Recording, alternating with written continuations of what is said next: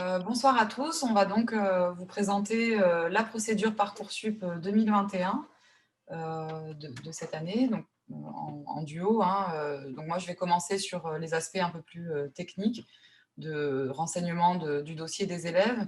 Et après, je laisserai la parole à Monsieur Comaille, qui maîtrise beaucoup mieux la partie orientation, stratégie, des réponses, etc. De toute façon, soyez rassurés parce que tout au long de la procédure Parcoursup, Monsieur Comaille, les enseignants et moi, nous suivons ça de près. On relance les élèves voilà, qui n'ont pas saisi dans les temps, on bat le rappel, on vous accompagne vraiment tout au long de cette procédure, vous n'êtes pas seul, mais après c'est assez intuitif et vous maîtrisez rapidement les différentes applications, donc je pense que Parcoursup aura rapidement aucun secret pour vous. Alors peut-être avant de te donner la main sur les aspects techniques, très rapidement, alors il faut que juste vous rappeler que Parcoursup, c'est aujourd'hui la plateforme donc, qui va vous permettre de vous inscrire dans le système français. Je vais aller assez rapidement sur les premières slides, mais il faut bien prendre en compte cette année, c'est une chose qui est bien nouvelle par rapport à l'année dernière. Quasiment toutes les formations maintenant passent par Parcoursup. C'est-à-dire que on avait des formations type Sciences Po, IEP, des concours d'écoles de commerce ou vice-versa qui n'étaient pas dans Parcoursup. Alors maintenant, c'est vraiment l'inverse, hein. Il y a quelques rares formations privées qui ne sont pas sur Parcoursup, mais sinon, l'ensemble quasiment, je dirais, des formations se trouvent sur Parcoursup, les formations dites sélectives ou les formations dites non sélectives. Sur le calendrier, parce que ça, c'est en fait, c'est finalement quelque chose qu'il faut que vous ayez vraiment en tête et qui va un peu jalonner toute votre deuxième partie d'année, enfin, du mois de janvier à juin, c'est bien avoir conscience que là, la première étape, et c'est ce que va vous expliquer Madame Teller, la première étape sur notamment l'inscription, elle va commencer dès le 20 janvier et la première étape s'arrête au 11 mars. La première étape, elle va simplement consister à faire toute votre inscription, je dirais, administrative, et ensuite, à partir de là, de sélectionner des vœux et d'enregistrer ces vœux. Mais le 11 mars n'est pas une date butoir pour avoir finalisé votre dossier. Le 11 mars, c'est la date où vous devez avoir choisi les vœux et les avoir enregistrés. D'accord? Après cette date du 11 mars, vous ne pouvez plus rajouter de vœux. D'accord? Donc là, tout le travail que vous allez devoir faire, c'est vous inscrire administrativement et sélectionner ces fameux vœux jusqu'au 11 mars. Après le 11 mars, on peut éventuellement retirer certains vœux, mais on ne peut plus en rajouter. Donc, si le 13 mars, vous décidez de vous inscrire en BUT informatique, ce ne sera plus possible. D'accord? Et ensuite, vous aurez jusqu'au 8 avril, donc ça vous laisse quand même quasiment un mois, pour finaliser vos dossiers, et c'est ce qu'on verra plus tard, c'est-à-dire les notes, les appréciations, et en fonction des formations, des lettres de motivation ou d'autres documents. D'accord? Donc ça, c'est important. La plateforme, je vous invite à aller dessus. Vous verrez, elle est quand même extrêmement bien faite, notamment pour rechercher les vœux et ensuite pour les sélectionner. Vous passerez toujours par un moteur de recherche qu'on voit ici. Moi, je vous conseille toujours, parce que bon, lorsqu'on fait des entretiens en orientation, moi j'utilise beaucoup Parcoursup, parce que c'est un excellent moteur de recherche pour les formations. Vous pouvez passer soit par la carte, je dirais, soit par ce moteur de recherche-là avec des mots-clés. Les mots-clés, soyez toujours simples. Licence informatique, CPGE, économique et commerciale générale, BUT informatique, etc., etc. Et une fois que vous aurez tapé dans le moteur de recherche cette information, vous allez avoir une liste qui va intervenir, alors qui peut être très grande si vous n'avez pas mis de zone géographique. Vous avez ici sur la gauche des paramètres qui peuvent les fixer, ou tout simplement dans la barre de recherche, si vous mettez classe préparatoire ou licence informatique ou licence, enfin PASS par exemple, ou LAS Santé Paris, elles seront sélectionnées. Et pour chacune des formations, vous aurez la fiche qui vous explique les objectifs de la formation, quels sont les critères de sélection, etc. etc. D'accord? Donc, le, cette plateforme, vous verrez, elle est quand même relativement intuitive, et elle va vous permettre en plus de faire des vœux, pour chacun des vœux, d'avoir une information très précise sur l'organisation de la formation, quelles sont les unités d'enseignement, quels sont les crédits que vous allez obtenir en fonction de ces unités d'enseignement, quels sont les attendus, quels sont les examens, quels sont pour les formations sélectives les critères de sélection, et puis effectivement, pour certaines formations, des conseils sur les spécialités, également les taux de réussite de passage en deuxième année, etc. etc. Bon, c'est donc une base de données qui est très importante. Ça, vous l'aurez, c'est le site de référence de cette année, mais qui est hors Parcoursup, qui vous permet d'avoir d'autres informations. Et donc qui vous permet d'avancer sur certains dossiers. On reviendra un petit peu plus là-dessus après, mais là, c'est vraiment le 20 janvier, je m'inscris. J'ai jusqu'au 11 mars pour formuler mes vœux, c'est-à-dire les enregistrer. On verra après combien de vœux et combien de sous-vœux en fonction des formations. Et puis, le 8 avril, vous finalisez votre dossier de candidat, c'est-à-dire les lettres de motivation, les bulletins scolaires qu'il va falloir que vous retapiez depuis la terminale, de la première, excusez-moi, terminale, premier semestre, et on verra sur le deuxième semestre où vous aurez Je vais préciser ce point-là. voilà, tu préciseras sur le bulletin provisoire. Voilà, je te laisse prendre la main, Élise. Donc, comme l'a bien dit Monsieur Comaille, à partir du 20 janvier, vous allez commencer l'inscription. Alors, nous, ce qu'on a fait de notre côté au niveau déjà de votre inscription administrative, c'est qu'on vous a importé déjà sur la plateforme. Donc, il y a vos noms, prénoms, date de naissance. Il y a les spécialités choisies cette année, les options. Donc, tout ça, nous, on est obligé de passer par une saisie manuelle. C'est-à-dire qu'on rentre chaque élève un par un et on crée pour chaque élève un INE, puisque quand on est dans un lycée français de l'étranger, on n'a pas cet identifiant national élève. En France, il y a des bases élèves qui s'appellent siècle, si on veut rentrer dans les détails, et sur cette base élève nationale, chaque élève est identifié pendant toute sa scolarité par le même numéro national. Quand on est élève dans un lycée français de l'étranger, on n'a pas d'INE, et si on en a eu un auparavant, il n'existe plus non plus, puisque on n'a pas cette possibilité d'être sur la base nationale française, puisque dans les lycées français de l'étranger, il y a aussi des élèves du pays, ressortissants du pays, des élèves tiers, et selon les pays, ils ne veulent pas forcément que leurs ressortissants soient sur une base nationale française. Donc voilà, c'est pour des raisons un petit peu politiques et qui nous dépassent, mais il n'y a pas d'INE. Donc l'INE que vous avez, c'est un INE qui a été créé par nos soins et qui ne va vous servir que pour la procédure Parcoursup. On précise bien ce point-là, parce que vous allez voir que quand on va avancer dans l'année, quand vous aurez après vos réponses, que vous allez devoir chercher un logement, vous inscrire au Crous pour avoir voilà, un logement, vous inscrire, etc. On vous demande un INE. L'INE qu'on vous a donné ici, il ne marchera pas, il ne fonctionnera pas. D'accord ? C'est pareil dans tous les lycées français de l'étranger, hein, c'est tout à fait normal. Donc, vous allez découvrir donc, votre INE, vous allez vérifier votre date de naissance. Vous allez commencer, quand vous allez aller sur Parcoursup, par vérifier déjà tout ce qui est écrit, puisque les saisies, elles ont été manuelles et qu'elles peuvent forcément comporter des erreurs. Donc, vérifiez tout ce qui est déjà écrit, votre formation de cette année, votre nom, votre prénom. Est-ce que c'est bien celui sous lequel vous êtes inscrit au bac? Est-ce que c'est bien celui qui est sur vos papiers d'identité? Est-ce que la date de naissance est la bonne? Est-ce que les spécialités sont les bonnes? Est-ce qu'on n'a pas oublié d'options? Voilà, vous vérifiez tous ces éléments-là et vous faites bien attention parce que après, quand la plateforme elle se verrouille pour passer à une étape suivante, on peut difficilement revenir en arrière. Donc là, c'est votre premier travail, c'est un travail de vérification. Bien évidemment, vous allez définir un mot de passe, vous allez saisir une adresse mail valide. Alors attention, saisissez bien une adresse mail que vous utilisez, que vous consultez, puisque Parcoursup ensuite va correspondre avec vous sur cette adresse mail valide. Donc, faites bien attention.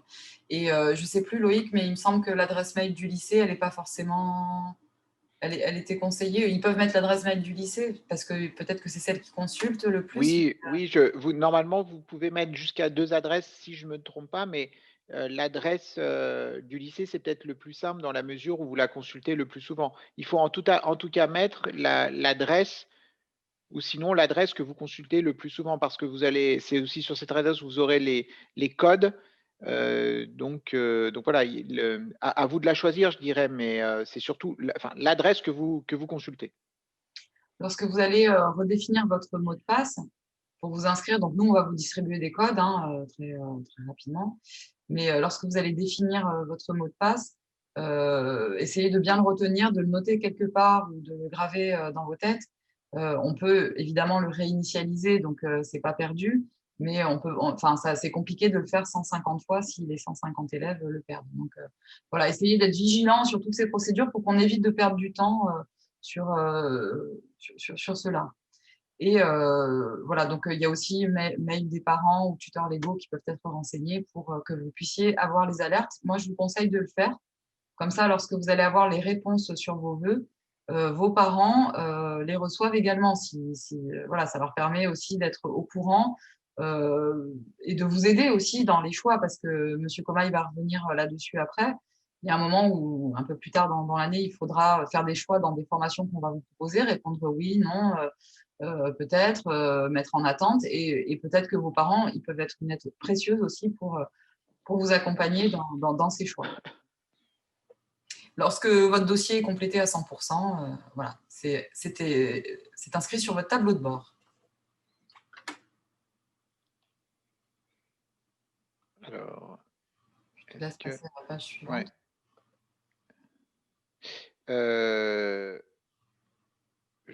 Voilà, on était ici. Donc là, on peut aller sur la formulation des vœux. C'est une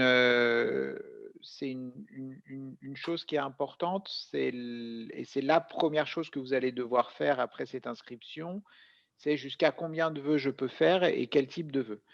Donc jusqu'au 11 mars, vous allez pouvoir faire 10 vœux et on verra que en fonction des formations, vous allez avoir des sous-vœux.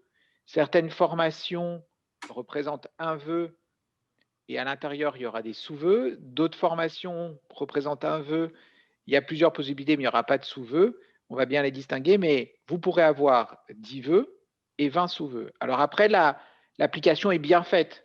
Souvent, on reçoit avec Madame Teller des questions sur oh, mais est-ce que là, je suis en train de dépasser mes vœux? Est-ce que je suis en train de faire une bêtise? Est-ce que bon, vous allez sur Parcoursup, vous aurez toujours votre petit carnet de bord et on le voit ici, hein, c'est sur la gauche, c'est marqué vœux déposés. Et de toute manière, si vous dépassez le nombre de vœux ou de sous-vœux, il n'enregistrera pas le vœu.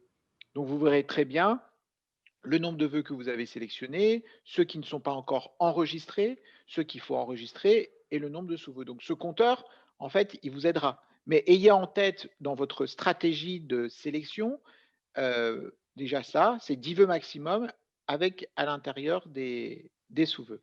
D'accord? Sur les... Excusez-moi, Oui. j'ai une question par rapport aux sous-vœux. Qu'est-ce que vous entendez comme sous-vœux? Alors, on y vient tout de suite. En fait, il D'accord, va d'accord. falloir distinguer ce qu'on appelle un vœu multiple, qui va regrouper de différentes formations similaires, et donc dans lequel tu peux mettre des vœux qui vont être composés de sous-vœux, et d'autres qui ne le sont pas. On va prendre un exemple. Enfin, on va prendre un exemple, excuse-moi, on a tout de suite la réponse avec ce slide. Il y a des formations, les BTS, les BUT, donc c'est la réforme de cette année pour ceux qui ne le savaient pas, donc on n'appelle plus ça diplôme universitaire en technologie, mais on appelle ça bachelor universitaire en technologie, c'est-à-dire que le DUT passe de 2 à 3 ans, ça devient une licence. Les BTS, les BUT, les DENMAD sont les formations en arts appliqués, les diplômes de comptabilité et de gestion et les classes prépa. Ce sont des vœux dans lesquels, à l'intérieur, vous allez pouvoir mettre des sous-vœux. Autrement dit, si vous mettez un BUT, par exemple, en technique de commercialisation ou en physique-chimie, ou en gestion des entreprises et des administrations, ça va vous faire un vœu.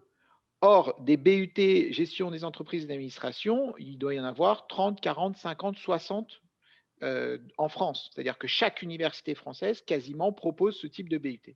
Donc ça veut dire que si vous faites un BUT GEA, ça va représenter un vœu, et à l'intérieur, vous allez pouvoir mettre Toulouse, Annecy. Alors on dit toujours Annecy depuis des années en référence à notre ancien proviseur, parce qu'il était de Haute-Savoie. Vous allez pouvoir mettre Paris, etc. Donc ça va représenter des sous-vœux. Vous allez avoir le vœu BUT GEA, et à l'intérieur, vous pourrez peut-être mettre 3 sous-vœux ou 4 sous-vœux qui représentent 4 villes, en fait. D'accord? Et ensuite, vous pourrez avoir, par exemple, un deuxième vœu en classe prépa, la classe prépa économique et commerciale générale. Et à l'intérieur, pareil, vous allez pouvoir mettre des sous-vœux par lycée, en fait. D'accord? Le principe étant que vous ne pouvez pas dépasser 10 vœux, et au total, dépasser 20 sous-vœux. OK? Et puis, il y a des formations, c'est des formations dont le nombre de sous-vœux n'est pas limité. Alors, prenons l'exemple des écoles d'ingénieurs. Vous allez mettre, par exemple, l'INSA. L'INSA, ça va représenter un vœu. Or, à l'intérieur de l'INSA, du groupe INSA, vous avez, je ne me rappelle plus exactement, 8 ou 9 écoles, 8 ou 9 INSA en France. Vous allez avoir la possibilité de sélectionner quelques INSA, Strasbourg, Lyon, Toulouse, par exemple, où vous pourrez tous les sélectionner.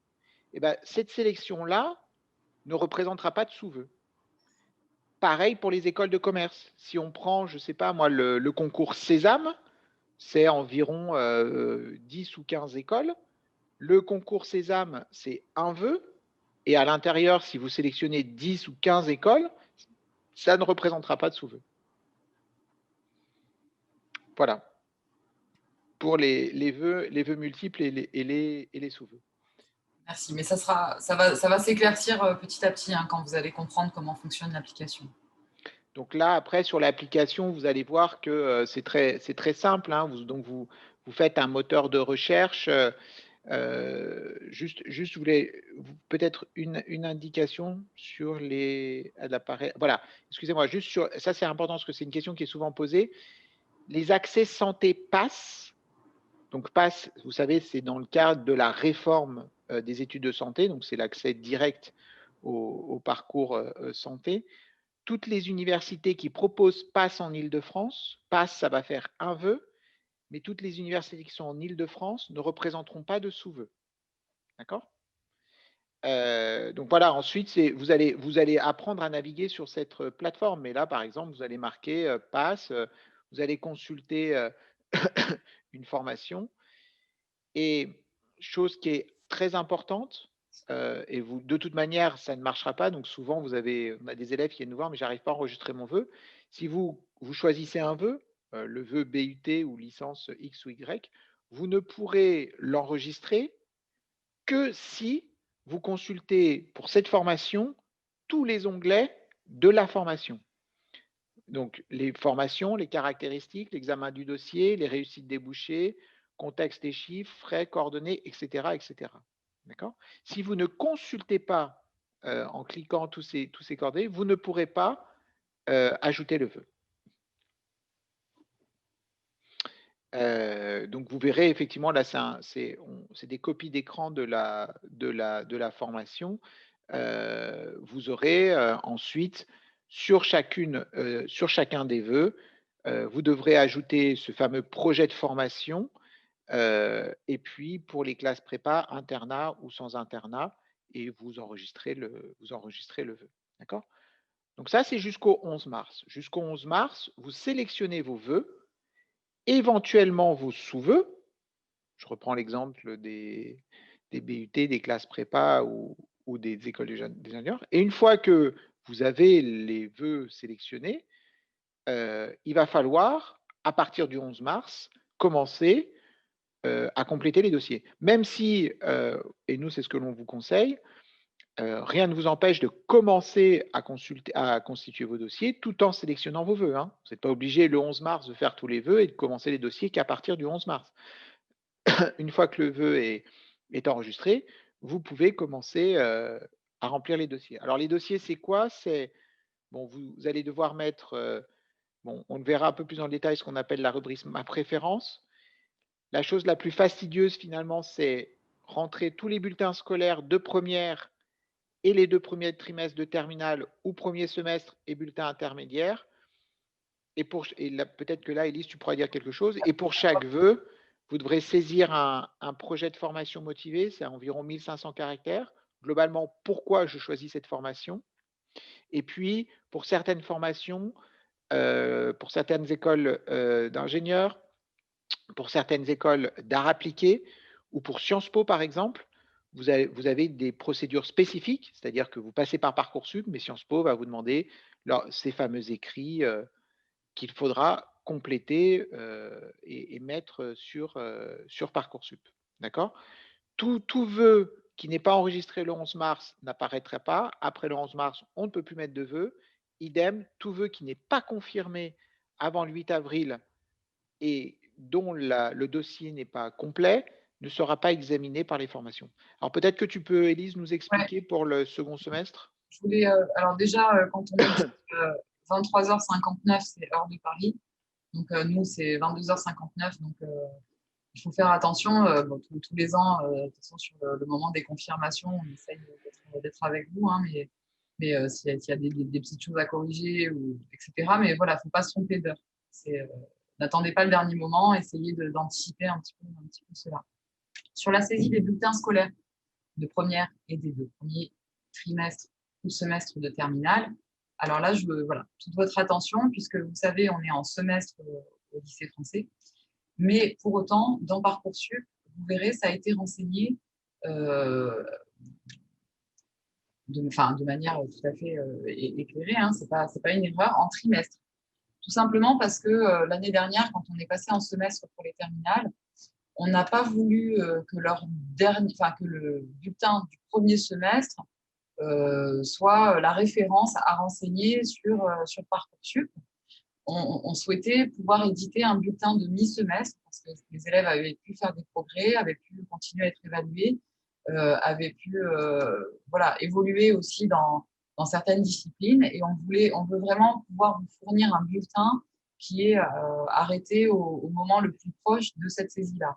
Donc, on va éditer à ce moment-là, donc fin mars, on va anticiper pour que vous ayez le temps de les renseigner, bien entendu, un bulletin de mi-semestre qu'il faudra renseigner dans le 2e trimestre de terminale. Ça vous permettra d'avoir d'autres saisies à faire et une vision un peu plus objective et proche de vos progrès et de vos performances à ce moment-là de l'année.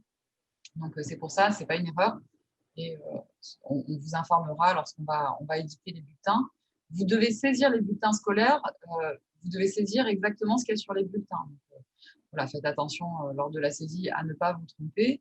Nous, bien évidemment, on regarde ce qui se passe du côté administratif et gestion pour être certain que les élèves renseignent bien leurs bulletins et ne font pas d'erreur. Donc, bien entendu, il y a une confiance contrôlée sur cette saisie des bulletins. Voilà.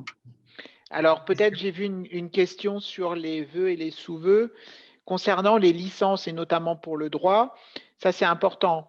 Alors, soit on va prendre une licence de droit, par exemple. Soit la licence, donc si vous prenez une licence de droit à Toulouse et une licence de droit à Paris, ça ne va pas faire un sous-vœu avec 2 sous-vœux. C'est 2 universités différentes, donc ça fera 2 vœux. D'accord? Si vous prenez, pareil, une licence en physique-chimie dans 2 universités différentes qui ne sont pas regroupées à l'échelle nationale ou régionale, ça fera 2 vœux.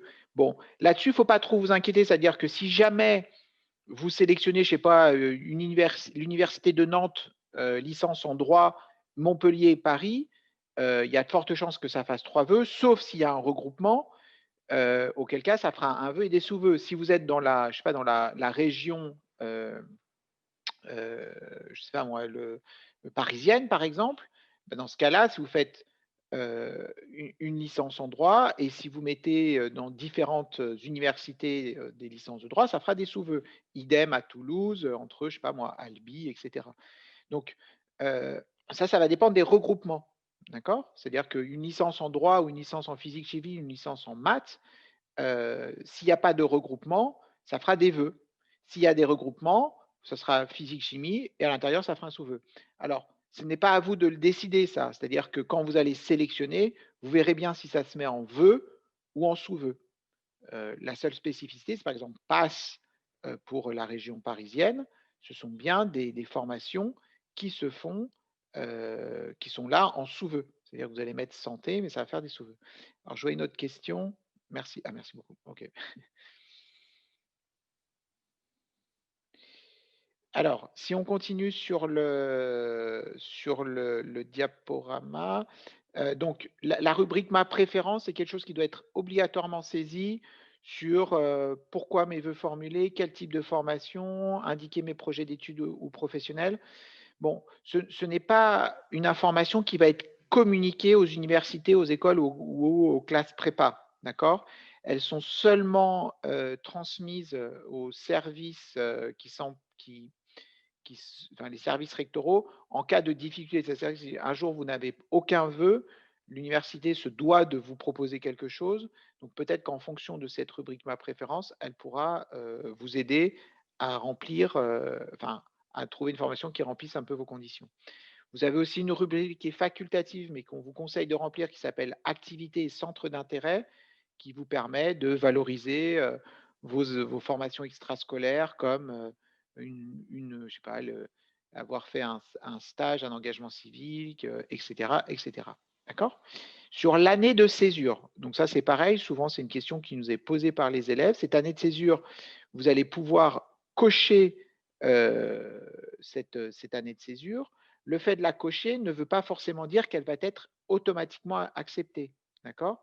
Elle va être transmise, cette information va être transmise à l'université seulement une fois que vous aurez été accepté ou pas. Donc, ce n'est pas un critère qui va rentrer dans le choix de la formation.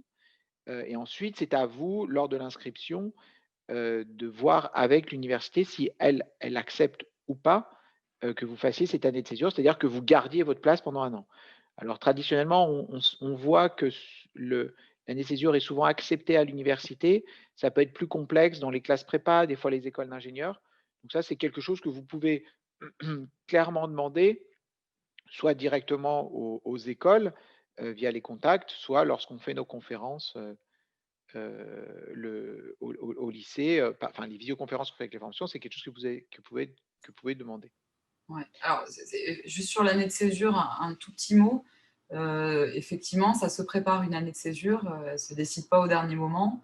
Elle nécessite que vous projetiez quand même sur une formation plus tard, et donc que vous passiez quand même par ces procédures d'inscription.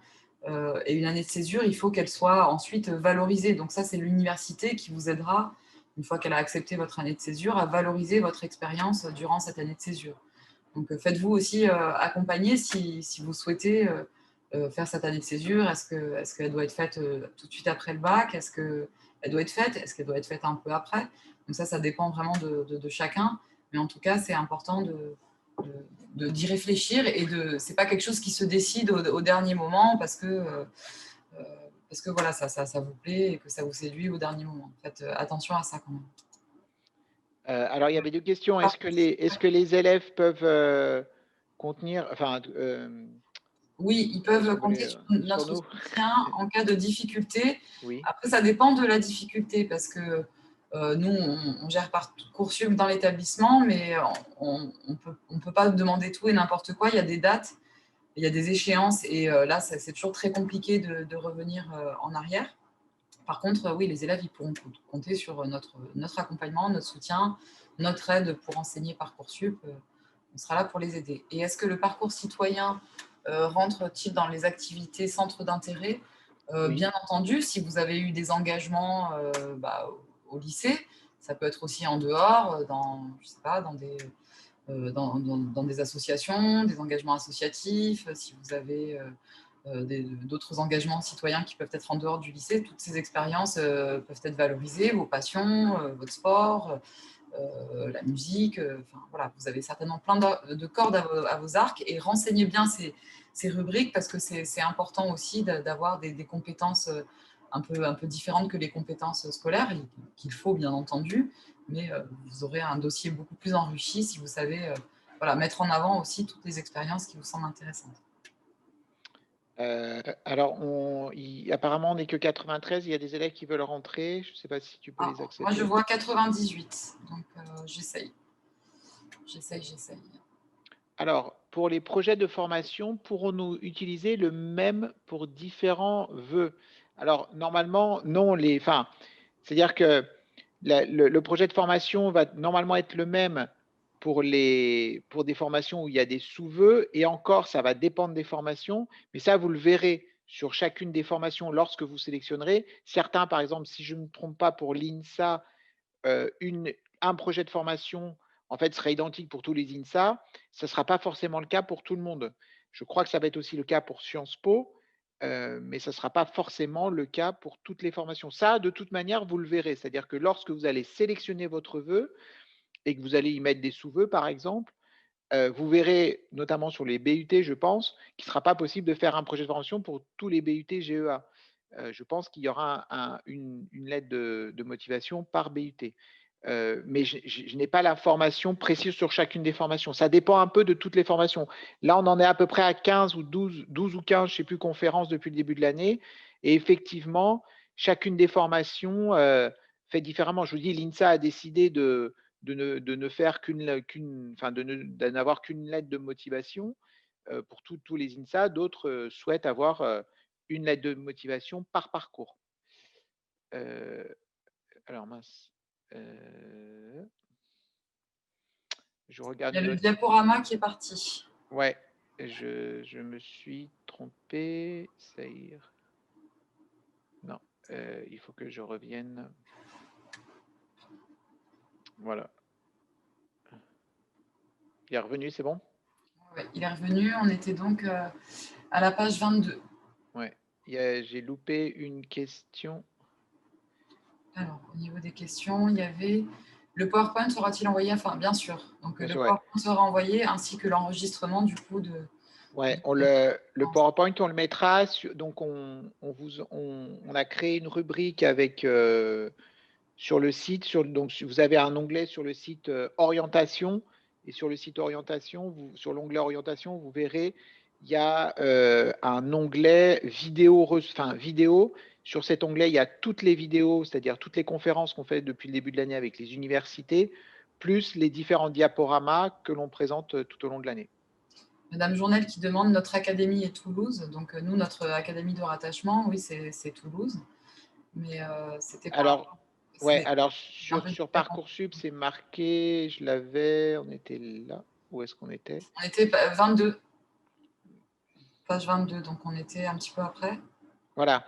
Les candidats qui préparent ou qui obtiennent un baccalauréat français donc à l'étranger, c'est notre cas, ils sont assimilés à des candidats résidant dans l'académie. C'est-à-dire que administrativement, effectivement, on dépend de Toulouse, mais par rapport à Parcoursup, on ne dépend pas du tout de Toulouse. C'est-à-dire que lorsque vous allez postuler à Paris, vous serez considéré comme habitant Paris, résident Paris.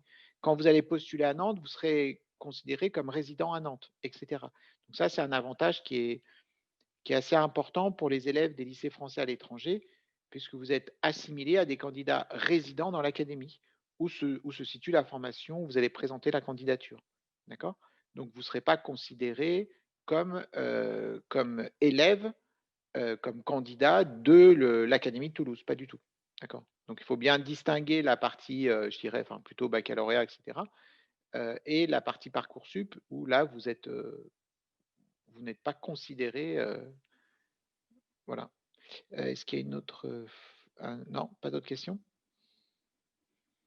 Il y a, quelle est la différence entre le choix des vœux en mars et la confirmation en avril? Cela veut dire qu'on peut toujours modifier les vœux jusqu'en avril. Les écoles auront déjà accepté ou refusé les vœux en avril. Alors, pas du tout.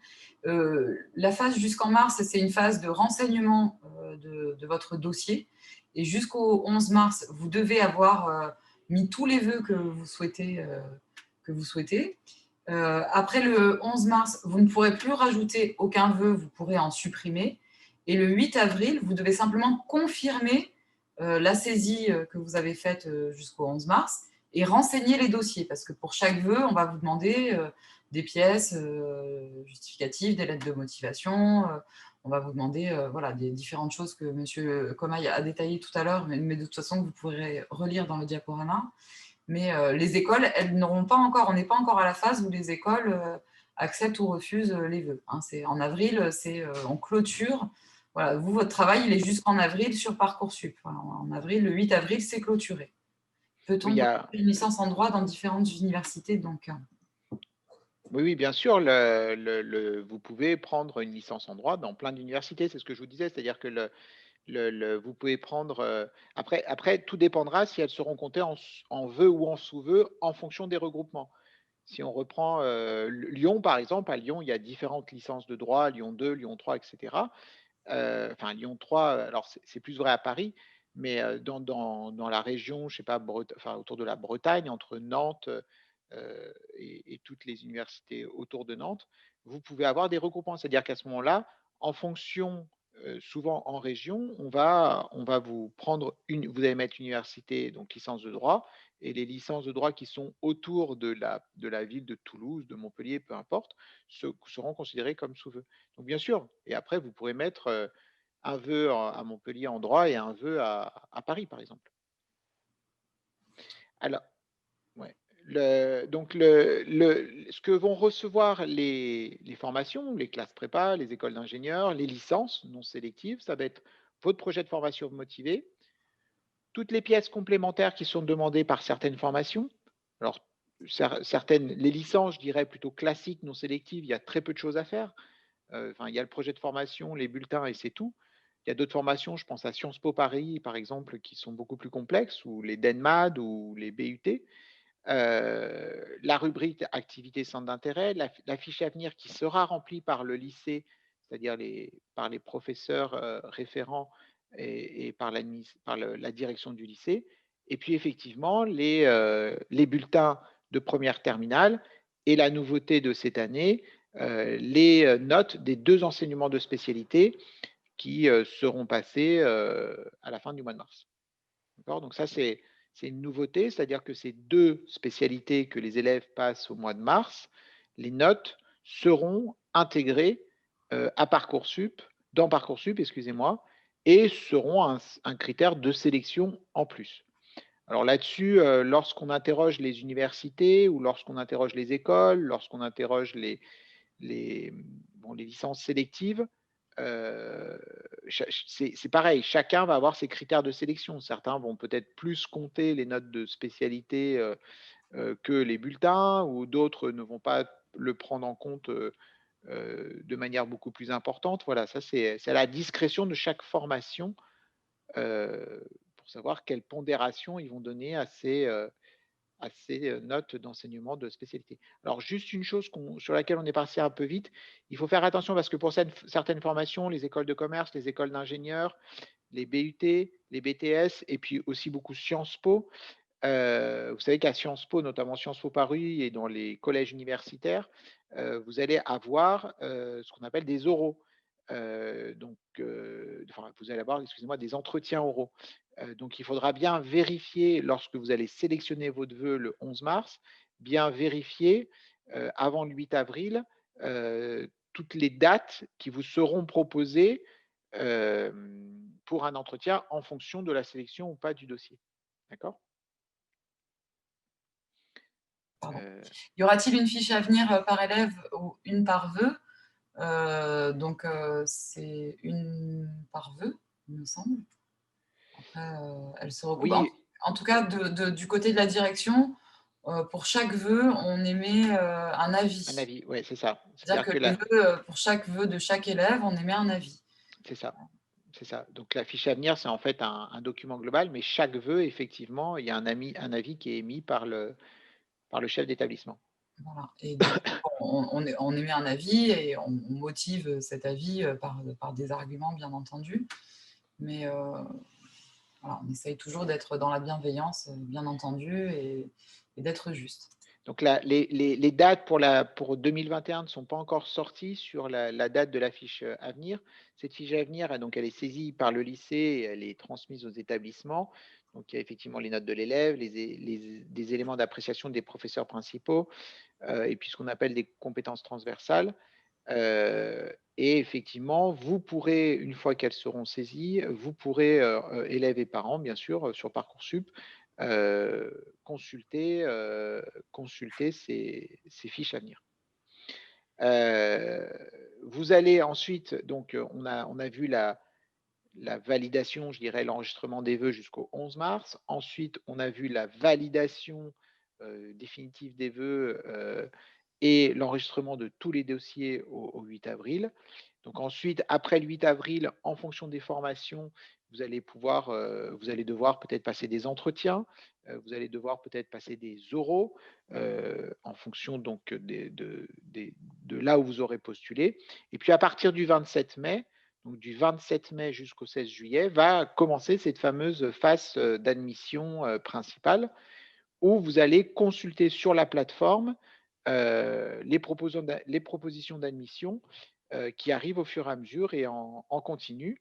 Et vous allez bien entendu devoir y répondre dans les délais indiqués. Alors, ce que je vous propose aujourd'hui, peut-être, c'est juste vous montrer quelques exemples de réponses et un peu la stratégie enfin pas la stratégie, mais comprendre un peu le mécanisme, mais pas trop aller dans le détail, parce que le 27 mai, c'est février, mars, avril, On c'est y dans reviendra. 4 mois. Et On y donc, dans reviendra. 4 mois, vous aurez oublié, enfin, c'est pas que vous aurez oublié. Donc, avant le 27 mai, ce qu'on fait souvent une semaine ou 10 jours avant, on refait, alors je ne sais pas si on sera confiné, pas confiné, mais on fait vraiment une réunion spécifique avec toute une série de simulations de réponses que vous pouvez recevoir et comment répondre justement à ces propositions d'admission. Là, on va vous faire voir juste un petit peu je dirais, l'esprit de ces réponses, mais je vous propose qu'on ne s'y attarde pas trop parce que c'est dans 4 mois et peut-être répondre plus, Élise, aux questions sur Parcoursup, Ouais, sur la partie que… sachant que sur toute cette partie réponse, donc, comme l'a dit M. Comaille, on refera une réunion proche de ces dates-là pour que ce soit bien frais dans vos têtes. Vous recevez des notifications, hein, donc vous êtes au courant hein, dès que… C'est ça, hein, Loïc, Oui, oui, oui. vous Oui, reçoivez oui. des notifications dès qu'il y a une proposition de formation. Et c'est à ce moment-là qu'ils peuvent faire leur réponse. Donc, je te laisse leur montrer très brièvement Oui, quelques oui, on va simulations. regarder. Alors, la première chose, ça c'est une question qui est très souvent posée, c'est est-ce que les formations savent savent où l'élève a postulé? C'est-à-dire, est-ce que si je postule dans une licence ou une prépa ou une école d'ingénieur, est-ce que la prépa sait que j'ai aussi postulé à Sciences Po? Non. Chacune formation n'a aucune idée des vœux que vous avez faits. Elle reçoit juste un dossier. D'accord? Elle n'a aucun droit sur les autres vœux que vous avez formulés et elle ne le connaît pas. D'accord? Donc ça, c'est une première chose. Bon, les formations, ça commencera le 27 mai.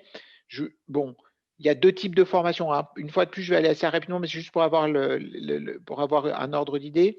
Il y a ce qu'on appelle des formations sélectives et des formations non sélectives. Pour les formations sélectives, soit on vous dira oui, soit on vous dira oui, mais vous êtes en attente, soit on vous dira non. Si on vous dit non, le vœu disparaît, vous n'êtes pas pris et donc vous n'avez plus aucune chance d'accéder à cette formation. Si on vous dit oui en attente d'une place, en fait, votre vœu est toujours présent. Vous allez avoir un classement et en fait, ce qui est intéressant, c'est que ce classement qui va vous être donné, on vous mettra jusqu'à quelle place on est allé l'année précédente pour choisir un candidat. Et si vous êtes classé, par exemple, à la place 4500 et que l'année dernière, on a pris jusqu'à 5000, vous savez que dans les 2 ou 3 semaines qui vont venir, vous serez pris. Par contre, si vous êtes classé 3000 et que l'année dernière, on n'a pris que jusqu'à 200 candidats, vous savez là que la probabilité que vous soyez pris est très faible. Et ensuite, l'autre possibilité aussi, c'est d'avoir une réponse oui. Alors, Alors, Loïc, il y a plusieurs questions là. Donc, peut-on demander au professeur des lettres de recommandation? Alors, sur la majorité des formations, non. Effectivement, auparavant, Sciences Po le faisait. Il me semble que ça ne se fait plus sur cette année, mais Sciences Po avant le faisait. Effectivement, on pouvait avoir des recommandations. Sinon, donc, contrairement à d'autres systèmes comme UCAS, par exemple, c'était obligatoire, en France, ce n'est absolument pas systématique. Je n'ai pas encore vu cette année comment ça pouvait. Enfin, je n'ai pas encore vu tout le détail pour Sciences Po. Je connais assez bien, mais Je ne sais pas si Sciences Po le fait, mais en tout état de cause, si vous voulez le faire pour avoir quelque chose en plus, ça ne se fait, enfin, vous ne pourrez pas le mettre, d'accord? Vous ne pouvez pas l'insérer.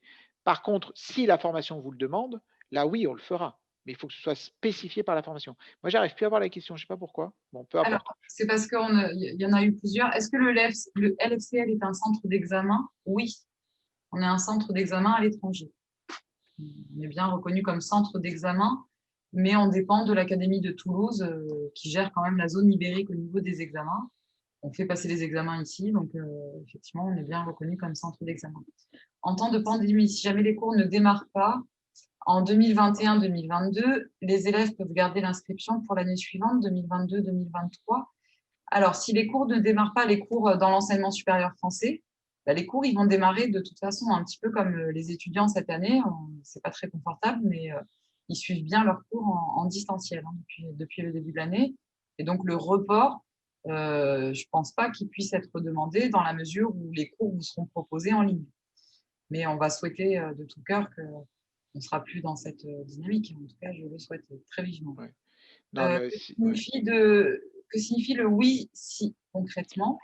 Oui si, Alors, ça veut dire que on vous accepte à des conditions. C'est conditionné. C'est conditionné à ce que, par exemple, vous suiviez quelques cours en plus, quelques UV en plus à la faculté. Par exemple, il faut que vous fassiez euh, comment dire, une remédiation ou sur une discipline particulière, informatique. Oui, si vous suivez tel module informatique pendant un semestre, pendant une année. Enfin, voilà, c'est à peu près ça, hein, Loïc. ouais, c'est exactement, c'est-à-dire que on va estimer que votre dossier correspond globalement à ce que l'université demande. Par contre, on va peut-être voir une lacune en mathématiques et on va se dire bon bah sur le premier semestre, sur le premier mois, on vous demande de suivre en plus des cours de renforcement en mathématiques. Ça se fait beaucoup. La Toulouse School of Economics nous disait ça. Donc, c'est l'université de Toulouse hein, qui a une spécialité en économie, qui a monté une licence un peu, qui a monté une licence sélective et elle disait que suivant les parcours, notamment les parcours en maths, il pouvait proposer ce type de réponse, oui, si, et proposait en début d'année, sur 1 ou 2 mois, des modules de mathématiques pour renforcer les compétences des élèves sur les débuts d'année. D'accord. Donc, le WICI n'apparaît pas, par contre, dans les formations sélectives. Le WICI n'apparaît que dans les formations dites non sélectives, c'est-à-dire l'ensemble des licences et des parcours santé. Sur les formations sélectives, c'est soit vous êtes accepté, soit vous êtes en attente, soit vous êtes refusé. D'accord. Et ensuite, vous voyez, à chaque fois que vous aurez des réponses, alors il y a des délais, au début, vous aurez 5 jours, après, ça se réduira, mais à chaque fois que vous avez une réponse, vous allez avoir un délai pour répondre, donc vous allez accepter ou vous allez renoncer. Et puis, le principe, c'est que vous ne pourrez jamais, heu, dans un certain laps de temps, garder 2 réponses positives, d'accord? Vous serez toujours obligé de choisir, des réponses. Donc, le c'est voilà, entre le 27 mai et le 31 mai, c'est il y a 5 jours. Après le 29 mai, il y a 3 jours. Mais ça, je vous dis, on le fera après. Ouais, voilà. Heu, L'idée, le c'est que vous pourrez pas garder tout oui en attente.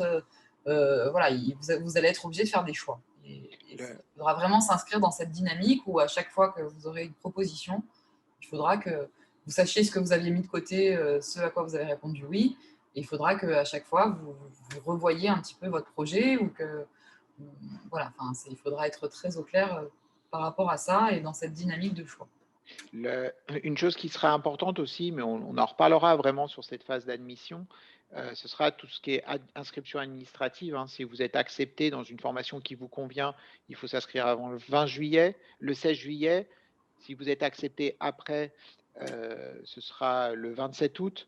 Alors chaque université a ses formalités d'inscription. Donc certaines, vous vous demandez de vous déplacer, d'autres pas. Donc ça, c'est important, mais vous le verrez en temps voulu, de bien connaître toute cette formalité d'administration. J'attire votre attention là-dessus. Vous avez dans votre plateforme Parcoursup, une fois que vous allez vous inscrire, donc une fois qu'on va vous envoyer votre INE et vos codes provisoires et vous allez devoir refaire un code, vous avez un onglet Contact. Cet onglet Contact, ça doit être un petit peu votre priorité d'échange sur toutes les questions Parcoursup. C'est-à-dire que nous, on est là pour répondre à l'ensemble des questions, mais souvent, ils sont beaucoup plus réactifs que nous, parce que si nous, on n'a pas le temps de traiter dans la journée le mail, eux pourront peut-être le faire plus rapidement, parce qu'il y a une équipe dédiée à l'AEFE pour les élèves des lycées français à l'étranger. Donc, je sais que lorsque les procédures commencent, ils sont très actifs, très réactifs, et ils répondent souvent assez rapidement. Donc, Et nous-mêmes, quand on a des difficultés sur Parcoursup, vous venez nous exposer une difficulté, on ne trouve pas la réponse. Nous-mêmes, on passe par un onglet contact, donc on contacte ces personnes-là. Donc, plutôt que de passer par plusieurs étapes, si votre question elle est un peu particulière, n'hésitez pas effectivement à passer par ce formulaire. Juste, je t'interromps 2 secondes, Loïc, parce qu'on a eu d'autres questions. Mais les examens ne se font pas que par visio cette année, les concours d'entrée. Donc, je pense qu'il faut attendre l'évolution de la situation sanitaire. oui, il y a le concours Sésame, par exemple, qui a déjà décidé qu'il le ferait à distance. Je crois que sur GP Polytech, ça va être la même chose. Sur les concours communs des IEP de province, je ne sais pas exactement ce qui va se décider. Mais oui, par exemple, si on prend le concours Sésame, c'est-à-dire le concours pour entrer dans les écoles de commerce post-bac, bon, d'ores et déjà, on sait que le concours, vous le passerez à la maison, chez vous, face à un ordinateur. Bon, ils ont un système je n'ai pas très bien compris leur système de contrôle, mais vous pourrez passer les différents QCM à la maison.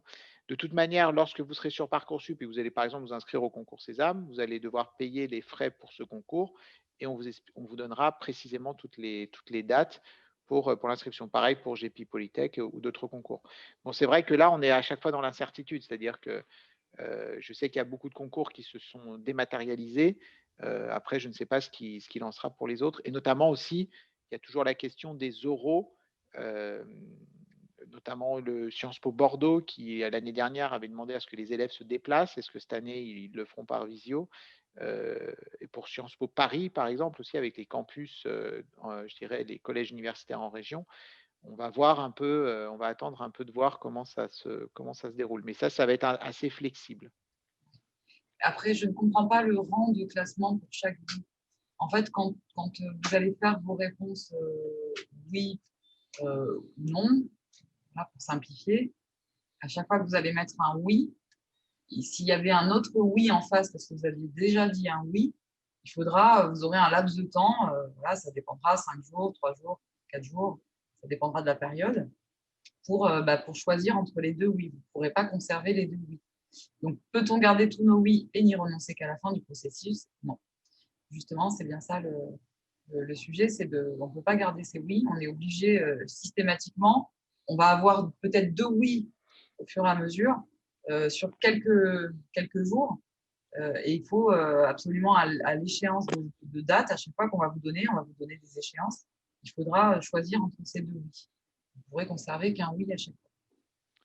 Alors ça, c'est important. Je vous propose juste, je vous fais juste voir une simulation, mais vraiment, on la fera au mois de mai.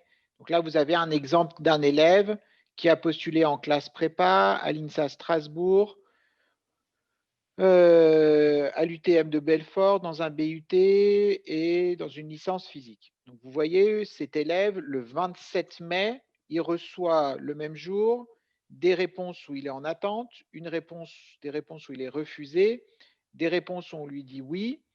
Et donc, lorsqu'il y a plusieurs propositions d'admission, donc là, vous voyez, pour cet élève, il a 3 réponses oui, il doit forcément accepter une réponse oui et abandonner les 2 autres.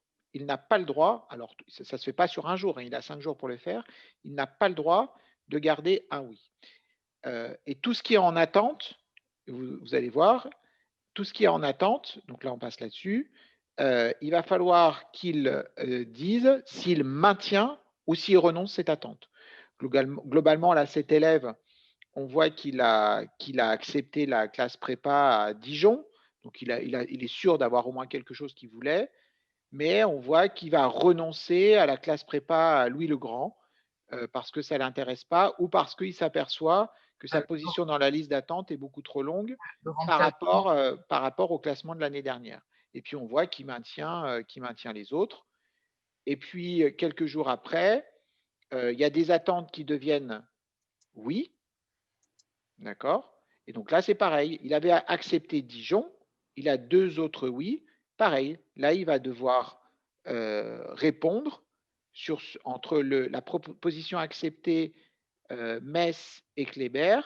Il va devoir choisir une réponse. Il a en plus le BUT qui vient, et vous voyez bien qu'à un moment donné, le 29 mai, eh ben, même s'il avait accepté la CPGE de Dijon, finalement, il accepte plus que Kléber, il refuse Dijon, il refuse Metz et il refuse le BUT de Nancy. Et voilà. Et ça va continuer comme ça jusqu'à ce que la procédure s'arrête.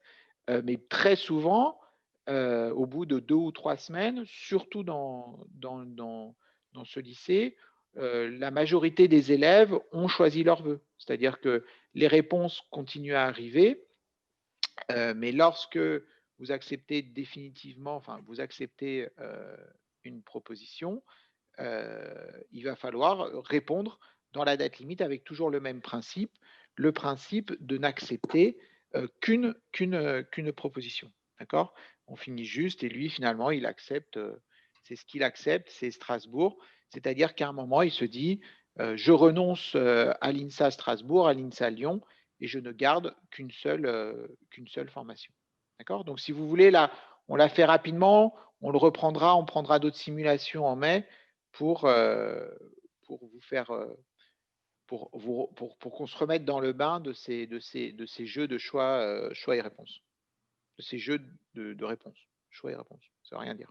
Si, c'était une belle formule, on va la garder pour la prochaine réunion. Du coup, moi, je vois pas les questions. Est-ce qu'il y a d'autres questions là? Oui, si vous voulez prendre la parole, on arrive à la fin du À la fin, diaporama. ouais. Ouais, on va. Bon, il est déjà 8h05. Est-ce que si quelqu'un veut s'exprimer ou... Pour résumer, là, jusqu'au 11 mars, vérification de vos états civils, de votre scolarité, des options, etc. Vous conservez bien votre mot de passe et jusqu'au 11 mars, vous allez commencer le choix de vos vœux. D'accord? Du 11 mars au 8 avril, vous allez renseigner tous les dossiers, éventuellement supprimer des vœux, mais vous ne pourrez plus en rajouter. Et le 8 avril, il faudra confirmer vos vœux. Il faut vraiment les confirmer. C'est très important. Et ensuite, on va rentrer dans une phase courante du mois de mai où on va vous proposer des formations, vous dire oui, non, peut-être. Et là, ça sera une phase où vous allez vraiment rentrer dans le choix.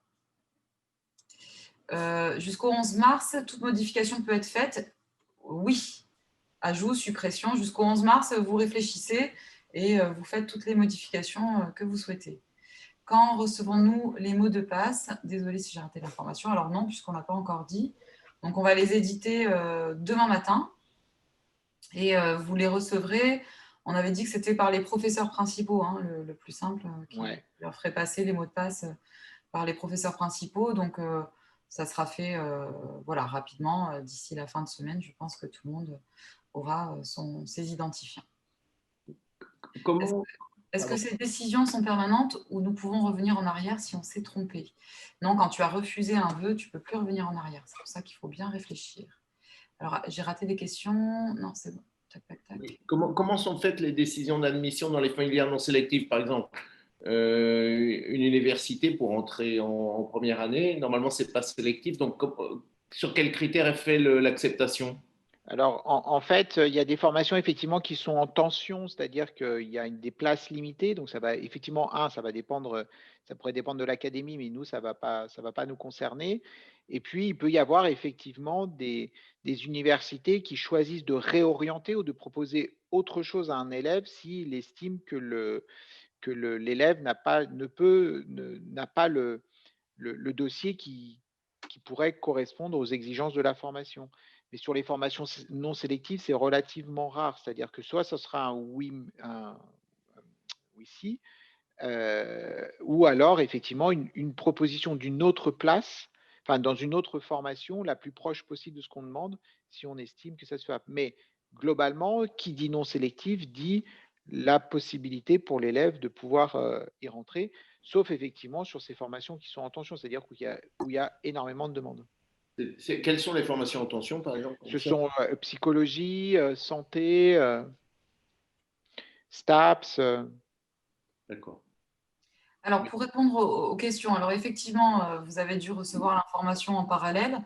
Donc, vous savez que le lycée passe, la partie lycée seconde, première, terminale passe en complet distanciel à partir de jeudi matin. Donc, vous venez encore demain au lycée en présentiel et à partir de jeudi, l'établissement sera fermé au lycée, à la partie lycée, jusqu'au 29 janvier, dans l'attente de directives différentes d'ici là. Donc, pour les codes, par email, monsieur Arthur Breinel, effectivement. Vous les recevrez, on va tout faire pour que vous les ayez le plus vite possible. Je pensais du coup revoir peut-être la stratégie, parce que faire passer par les professeurs principaux qui vont être en distanciel, je vais organiser un public postage. On va vous les envoyer par mail à chacun. Et si jamais il y a eu des erreurs, je les enverrai en parallèle aux professeurs principaux pour qu'ils aient la liste de la classe. Et comme ça, si jamais quelqu'un ne les a pas reçus ou voilà, n'est pas sûr, il pourra toujours s'adresser aux professeurs principaux. On fera ça demain, comme ça, vous pourrez commencer à naviguer demain sur Parcoursup. Bonsoir, j'ai une petite question. Pour un élève qui souhaite postuler dans une école privée en premier, il va être bien sûr devoir créer tout ce qu'il faut sur Parcoursup. Et comment ça se gère à ce moment-là parce qu'on n'a pas forcément les mêmes réponses au même moment sur les formations. Par exemple, ma fille voudrait faire de l'art. À Lyon, il y a une école qui lui plaît. Elle va avoir donc un processus de recrutement et elle ne saura pas en même temps forcément que les résultats de Parcoursup. Comment ça se passe dans ce cas-là? Il faut quand même qu'elle fasse la procédure Parcoursup en parallèle. Oui, ça c'est prévu. Et donc qu'elle aille jusqu'au bout de cette procédure voilà, du côté Parcoursup. Et ensuite, comme ça, elle a une formation. À la fin de sa procédure Parcoursup, elle a une formation. Et comme ça, dans l'attente, elle continue son inscription en parallèle dans l'école qu'elle souhaite. Et ensuite, si elle est prise dans cette école privée qui ne nécessite pas de passer par la procédure Parcoursup, à ce moment-là, elle ne va pas jusqu'au bout de l'inscription. Et sa place est vacante. C'est ça? Oui, oui, il n'y a pas de. En fait, il n'y a aucun lien. Là, si vous évoquez une formation qui n'est pas sous Parcoursup, il n'y a absolument aucun lien.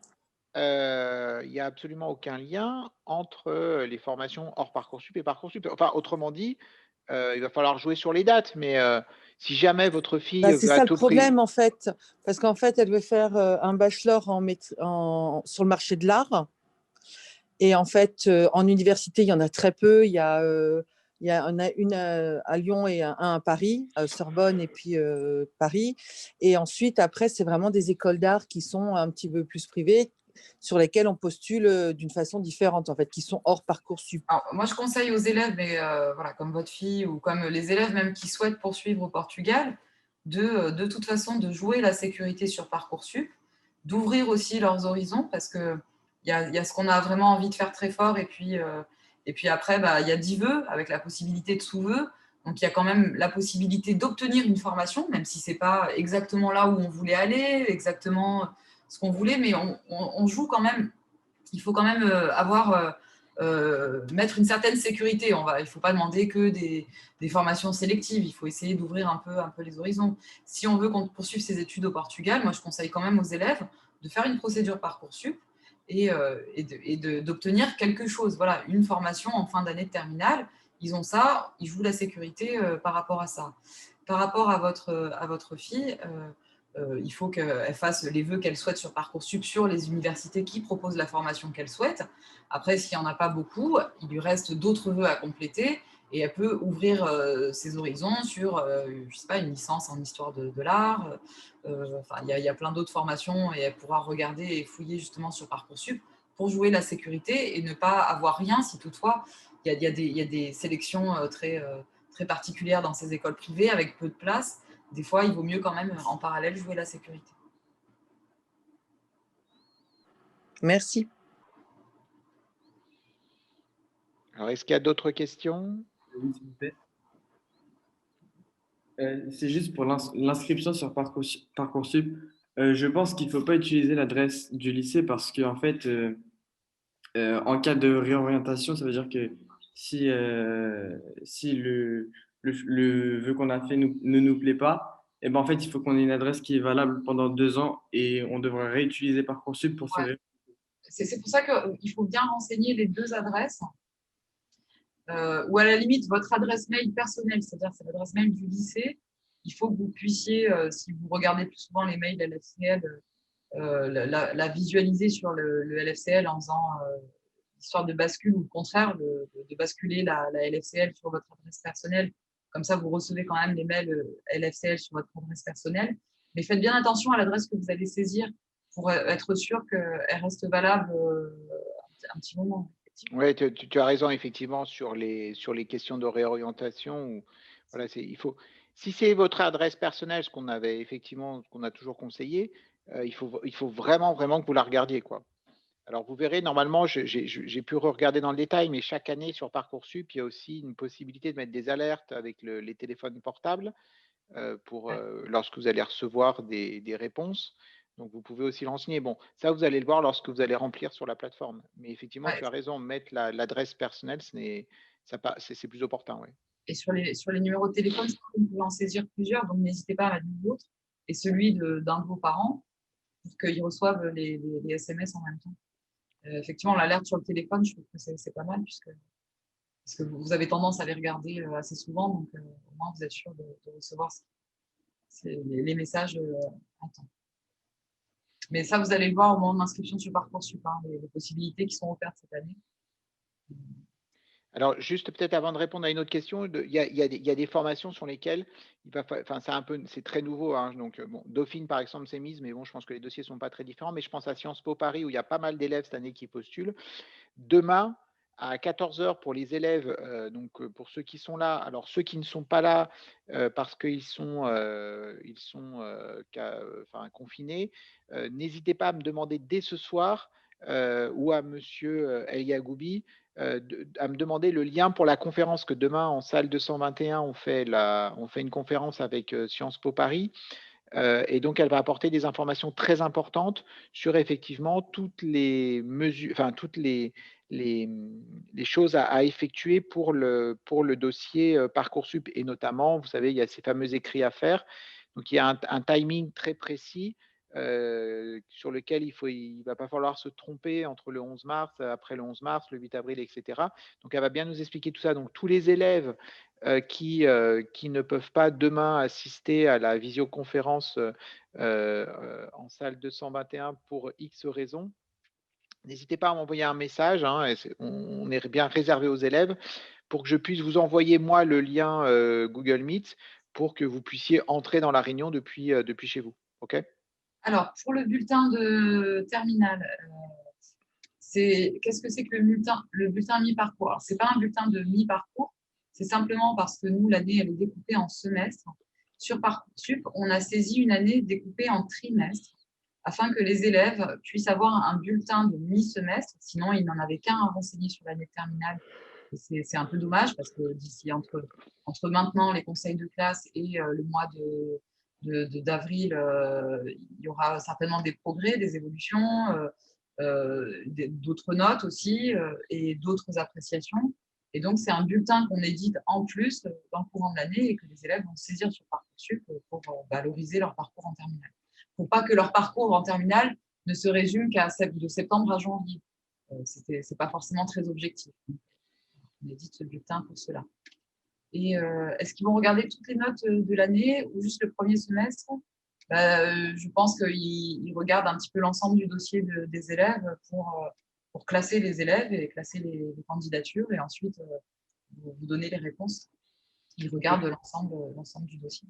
Oui, ils vont regarder les notes de première, ils vont regarder les notes du premier semestre et jusqu'aux notes que ce bulletin intermédiaire qu'on vous donnera, avec toujours, c'est quand même ils le disent souvent, ils regardent bien l'évolution entre la première et la terminale. Ils regarderont pour les formations sélectives aussi les épreuves anticipées au baccalauréat. Donc, même si l'année dernière, vous ne les avez pas passées, vous avez reçu une note de bac pour les notes de français et la spécialité abandonnée. Donc ça, ce sont toutes des indications qui sont effectivement importantes. Ils regardent l'ensemble. Alors effectivement, après, suivant les formations, certains vont plus regarder les maths, d'autres vont plus regarder le français, d'autres vont plus vont faire vont coefficienter certaines manières, mais aucune formation ne nous donnera exactement les pondérations qui mettront sur les matières. Alors, on prend une dernière question peut-être. Où peut-on trouver les horaires des conférences de la semaine d'orientation? Normalement, elles avaient été données aux élèves, on a envoyé des mails. C'est sur le site du lycée. Les conférences en fait, vous savez, cette année, la semaine de l'orientation a été complètement modifiée. Ce qui se passe, c'est que les élèves se sont inscrits en début, je ne sais plus, c'était au mois de novembre, à une série de conférences. Donc, il y a une vingtaine de conférences. Les élèves pouvaient s'inscrire entre 2 et 3 conférences dans l'année. Et donc, en fonction de leur inscription, la vie scolaire leur envoie un mail avec une convocation sur la date et l'heure. Donc, normalement, ça se passe en amphi. Mais là, à partir de la semaine prochaine, on fera tout ça en distanciel, mais on pourra faire les visioconférences directement. Chacun se connectera et donc au lieu de vous convoquer en salle 221, on vous convoquera sur un lien vidéo. Pour les parents, pour l'instant, on ne souhaite pas qu'ils participent au direct parce que justement, on ne veut pas qu'il y ait trop de monde. Par contre, toutes les vidéos sont enregistrées et donc sur le site du lycée, dans l'onglet orientation, les vidéos, là, vous avez déjà 12 vidéos qui ont été montées sur toutes les formations qui ont été présentées. Voilà. S'il n'y a plus de questions, de toute façon, on reviendra vers vous. On vous envoie le diaporama, on envoie l'enregistrement de cette visioconférence. On en reprogramme une pour les élèves qui n'ont peut-être pas pu assister. On fera un sondage pour voir combien d'élèves cela concerne. Et on vous envoie aussi du coup vos codes Parcoursup entre demain et jeudi peut-être parce qu'on a tout le distanciel à organiser. Donc, on va faire au mieux pour que ce soit le plus efficace possible. Merci à tous. Merci beaucoup. Alors peut-être juste sur la présentation, on va peut-être, on la mettra sur le site. Ce sera peut-être plus simple que de l'envoyer. Donc pareil avec les liens vidéo, il y aura le vidéo et on mettra le diaporama Parcoursup. Ouais. C'est pas ce que tu en penses, ouais. Okay. Je vais la regarder quand même avant. Allez, très bonne soirée à tous. Bonne Merci soirée. beaucoup. Au revoir. Au revoir. Bonne soirée. Bonne Au revoir, soirée. merci beaucoup. Au revoir, bonne soirée, merci. Merci, au revoir.